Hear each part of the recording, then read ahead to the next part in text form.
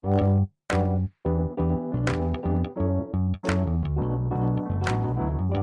by Riverside.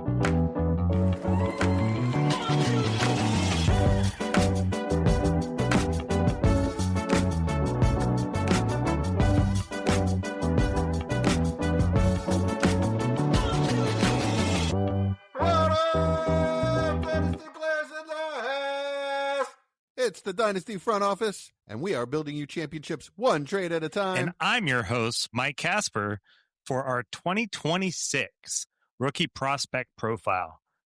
How you guys doing? You guys ready to talk some rookies? Yeah, man. Love this guy. All right.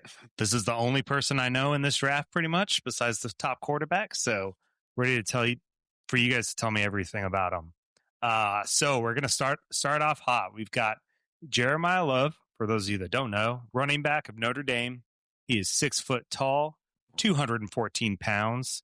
He has played 3 seasons at Notre Dame, but a majority of his production came in the last 2 seasons. This season, he had 1,300 rushing yards, 18 touchdowns, and 27 receptions with 280 receiving yards and 3 touchdowns. And in 2024, he had 1,100 yards rushing with 17 touchdowns and similar production really both years. Another 28 receptions, 237 yards, no touchdowns. He has long runs each season of 98 yards and 94 yards. That is absolutely insane. So I guess we'll start. Guys, somebody tell me about Jeremiyah Love and why I shouldn't draft him 101 over the quarterback one. Okay. So you want the negatives first? Is that what you're telling me? No. Okay. No, tell me why he's awesome. Okay. Besides the stats. I love this guy. Smooth guy, smooth, fluid athlete, good burst, good vision, really good patience. He'll sort of feel it out and then hit the hole. That's kind of his game. And he could, but like outside zone, he's excellent at stretching it out and then finding the hole and cutting to it. But he can also play gap, no problem at all because he's big, strong, powerful back. I'll leave it at that for now. Austin, I'm curious what you think. Yeah, he feels like a great one-cut guy. Someone who, with a good O-line that allows him to find the hole, and he's gone. To go off of what Mike said with his long runs, he was a Missouri state champ in the 100-meter dash with a 10.76 and state champ with the long jump of over 22 feet. So it shows the type of athlete he is. I really liked him in the receiving game. I thought he could, he's a pure 3-down back, to be honest. And also, it feels like 6 feet isn't tall enough for how tall he is. Yeah, exactly. He looks 6'2" or 6'3" out there. He does. So that's also, I kind of like that from a running back. I mean, don't get it twisted. It doesn't really matter how tall you are at the position, but he looks menacing when he's back there. And to have those kind of wheels with that size is, it's pretty rare air, to be honest. I'm really curious. I we could see a 4.3 something from him in the 40, and that's going to just skyrocket his draft class. I guess for Chad, that kind of brings up my question that I have is where's he at? Because I know he's a pretty good player, right? Is he even close to the Saquon Gentis or Bijans? Yeah. Is he right in the middle there or above any of those guys? He's right there. It's going to be interesting because as much as Saquon was this all-world potential player, coming out as far as the kind of prospect he was, he did have a pretty significant weakness in a lot of people's eyes as far as the want to cut everything to the outside, maybe take a lot of negative plays, where maybe, the dynamism isn't as high as Barkley's. And I think that's even kind of being nitpicky about it because it is like all world. With Jeremiyah Love, he doesn't really, for me, he doesn't have any weakness. and that's what kind of sets him apart. Is he's a tough runner. He's a high caliber short yardage back as well. There's not really anything that he can't do.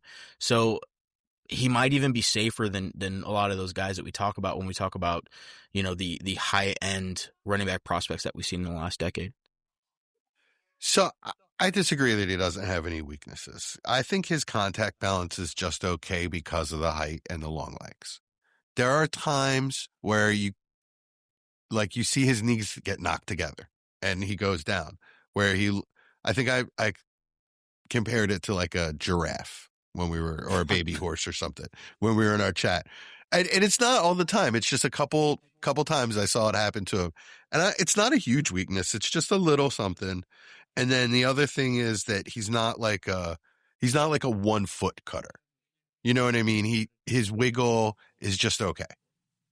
He's not like he because of his size has to plant with 2 feet when he cuts. So it's not as quick.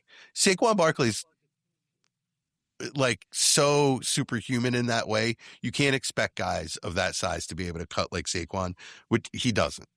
But he makes up for it with elite vision.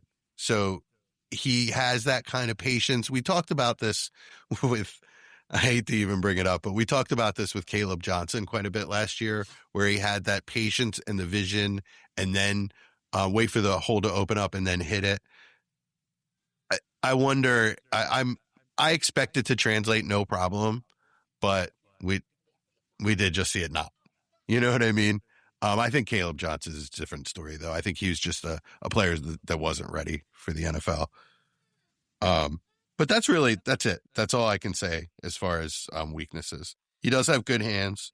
I mean, he's not a route runner by any means. But is he a route runner? Is he a route runner? A route runner. A route runner. Okay. I disagree there as well. I thought it was sloppy. I thought the routes were sloppy. I think if you put him out there, he's a mismatch against a lot of players and he'll win that way. And he's got good hands, so he'll be a good receiving back.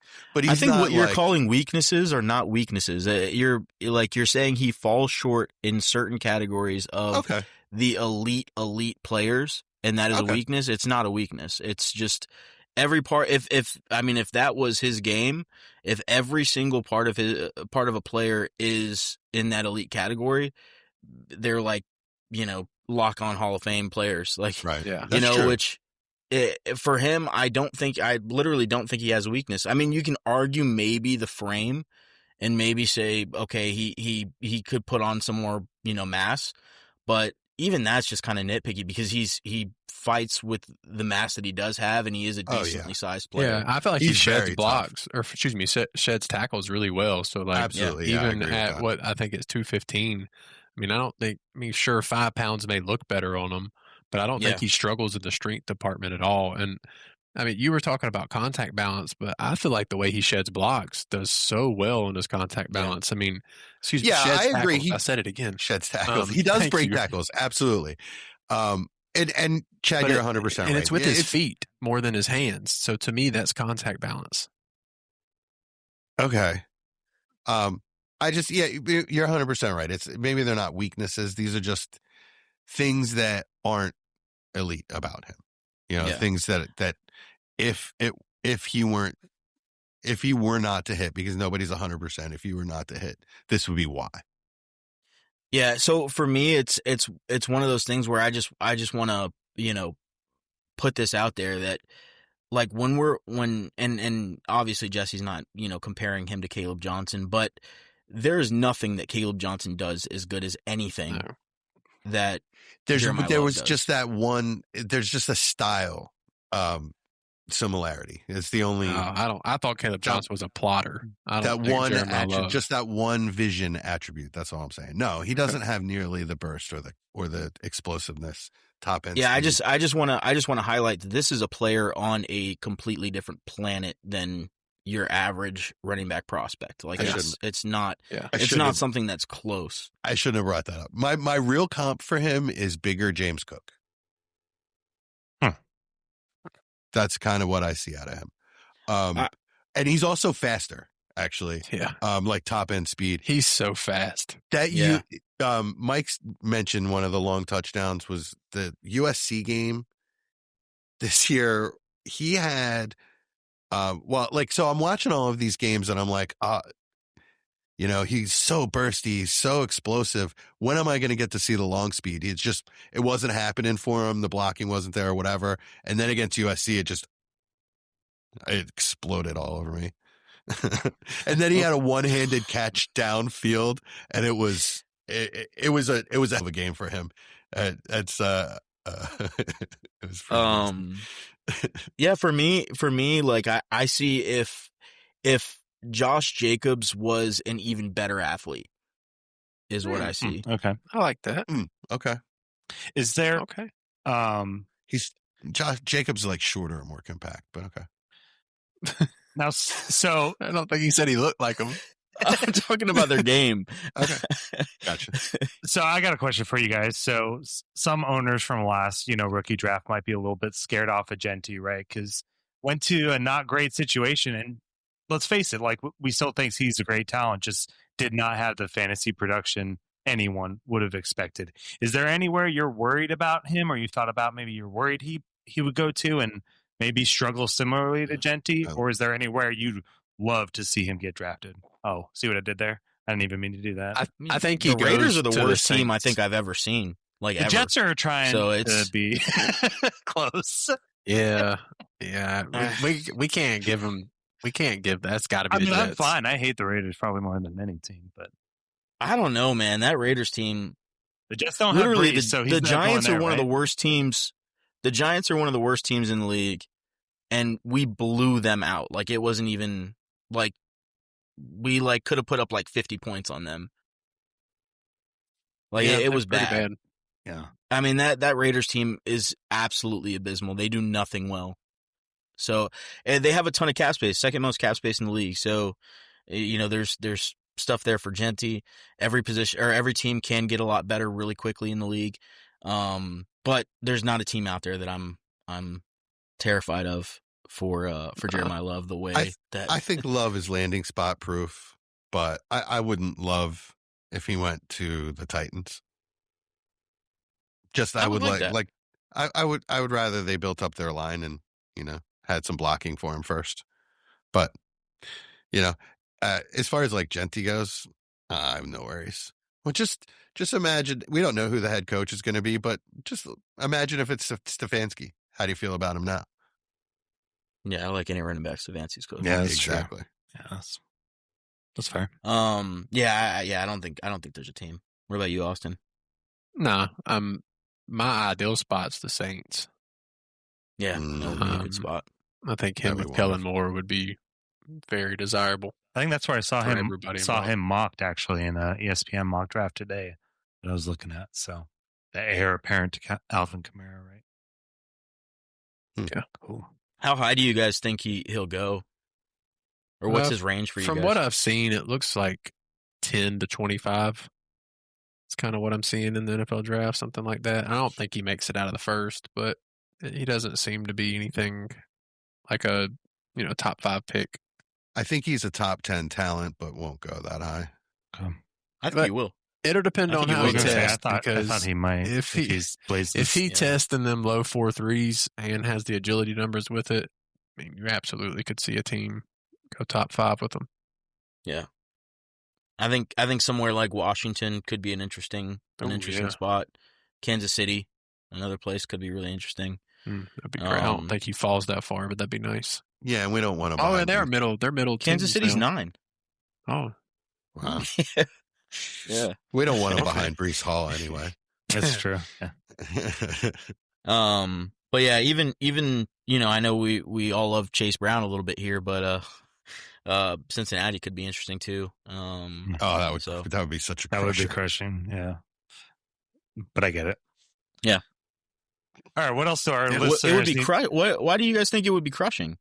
I mean, Chase Brown with Joe Burrow healthy. Chase Brown. I mean, I don't love him, but for Chase Brown, it would destroy him. Yeah, with Burrow healthy, I feel like he's RB1, right? So, I mean, it'd make it a mess year one in general, because Chase Brown does produce. Yeah, so he's not going to go anywhere. It would be messy year one. Yeah.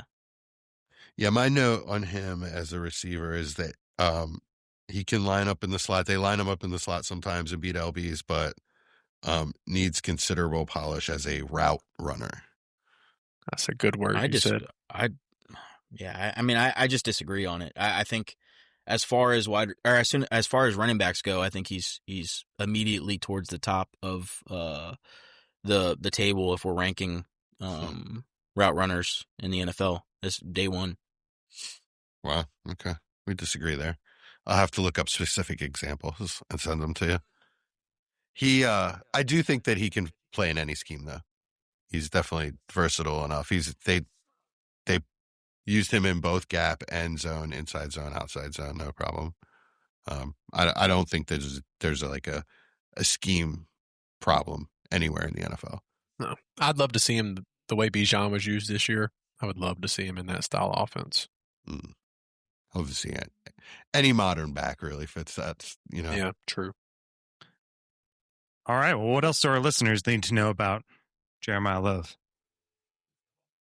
Well, I guess the last question for me is he 101 or is he 102 for you guys? Would you rather have him or Mendoza? 101 easy. I'd have him 101 personally, for what little I know. Yeah. Though I'm getting a lot higher on Mendoza the more I watch. It's still Love. It's just the safety factor. And obviously roster would be dependent if I'm dying at quarterback. And, you got to do what you got to do sometimes if you can't trade back. But I definitely, Love feels extremely safe. Yeah, I'll take Love. I like Mendoza, but I don't think he's in that tier of prospects that's going to make me, I just think Love has more talent. I'll put it that way. For sure. All right. Cool. Well, this was the 2026 rookie prospect profile. So tune in next week as we go over our next rookie headed up to the NFL draft. Ladies and gentlemen, welcome to the front office. The lights are low, the boards are lit, and the Dynasty clock is ticking. From the heart of the startup draft to the championship throne, one crew rules the long game. Give it up for the undisputed architects of empire, Dynasty Front